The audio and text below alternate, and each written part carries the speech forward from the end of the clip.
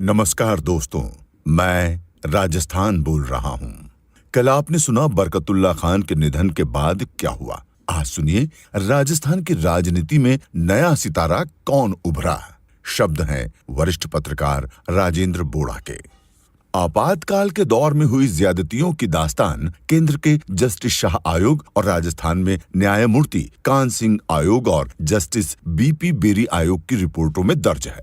लेकिन मुख्यमंत्री हरिदेव जोशी की विपक्ष के गिरफ्तार नेताओं के प्रति सदाशयता की हमेशा तारीफ ही हुई है। हालांकि तत्कालीन माहौल और व्यवस्थाओं की मजबूरियों के चलते जोशी को आपातकाल के सारे प्रबंध करने पड़े। ये भी उल्लेखनीय है कि अन्य राज्यों में गिरफ्तार राजनैतिक बंदी भी राजस्थान में रखे गए और किसी से कोई शिकायत नहीं आई। पार्टी आला कमान के गुड बुक में रहने के चक्कर में जोशी तब दिल्ली में सत्ता का केंद्र बने संजय गांधी के समक्ष इतना झुके कि इससे बनी उनकी छवि अंत तक उनसे चिपटी रही।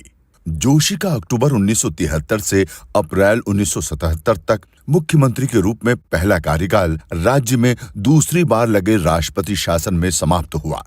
आपातकाल के बाद हुए लोकसभा चुनाव में केंद्र में पहली बार कांग्रेस के सत्ता से बाहर होने के बाद कांग्रेस की जोशी सरकार को बर्खास्त कर विधानसभा भंग कर दी गई, राष्ट्रपति शासन लागू कर दिया गया।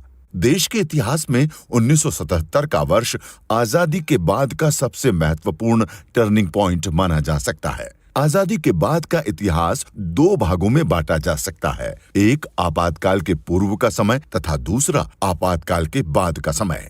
आपातकाल के बाद का समय जो बदलाव लाया, उसी पर आज भारतीय राजनीति और अर्थनीति की इमारत खड़ी है। आपातकाल के बाद 1977 में जब कांग्रेस हरिदेव जोशी के नेतृत्व में चुनावी जंग में उतरी, तब उत्तर भारत का मूड पूरी तरह बदला हुआ था। इसका प्रमाण संसदीय चुनाव में मिल चुका था। उत्तर भारत में कांग्रेस के लिए सिर्फ एक लोकसभा सीट देने वाला राजस्थान का नागौर संसदीय क्षेत्र रहा, जहां से जाट नेता नाथूराम मिर्धा जीत सके। केंद्र में नवगठित पहली गैर कांग्रेसी सरकार बनने पर हुए विधानसभा चुनाव में कांग्रेस को सबसे बुरी हार का सामना करना पड़ा।